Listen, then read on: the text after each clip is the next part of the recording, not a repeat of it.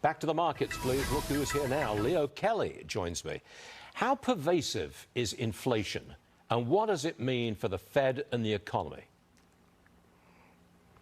Well, Stuart, I've been amazed at how the community and the investing community has really ignored the reality of inflation. This is going to take a long time to fix. And when we think about the Fed's actions, they were slow to get started. They're just now starting to catch up. And so we're going to have to do some time here, and there's going to be some additional damage here in the short run. But on the other side of that, I think we'll be okay. But do you think it's something like the 1970s? That's always worried me, that the market, the stock market, stayed kind of like this for much of the decade. You don't make much money in the market. Are we shaping up for a situation reminiscent of the 1970s? Well, over time, this could actually happen.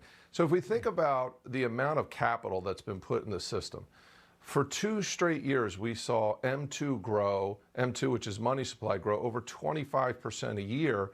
And everybody thinks that just raising rates is going to lower inflation. That's not true. This is going to take a long time. We put so much money in the system. And yes, Stuart, I think we could be dealing with inflation now for several years.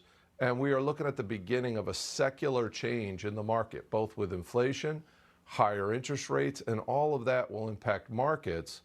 I think there's going to be new leadership as a result. So people could make money in the 70s, but it was a little bit rough along the way. It certainly was. I was around in the 1970s, and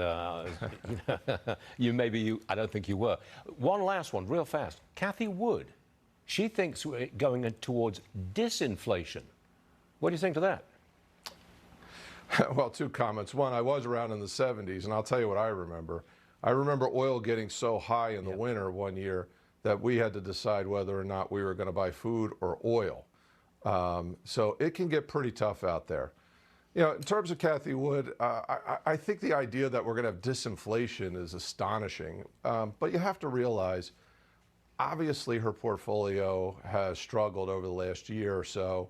And I think sometimes you start to rationalize what your expectations are when you're rooting for the recovery of your portfolio. I think that's what we're dealing with here. And by the way, I think we're seeing a lot of that. I think a lot of investors just want it to go back to the way it was. Yeah, me included. I'm sorry, they're going to have to think about this in a new way. No, myself included. I'm in that group.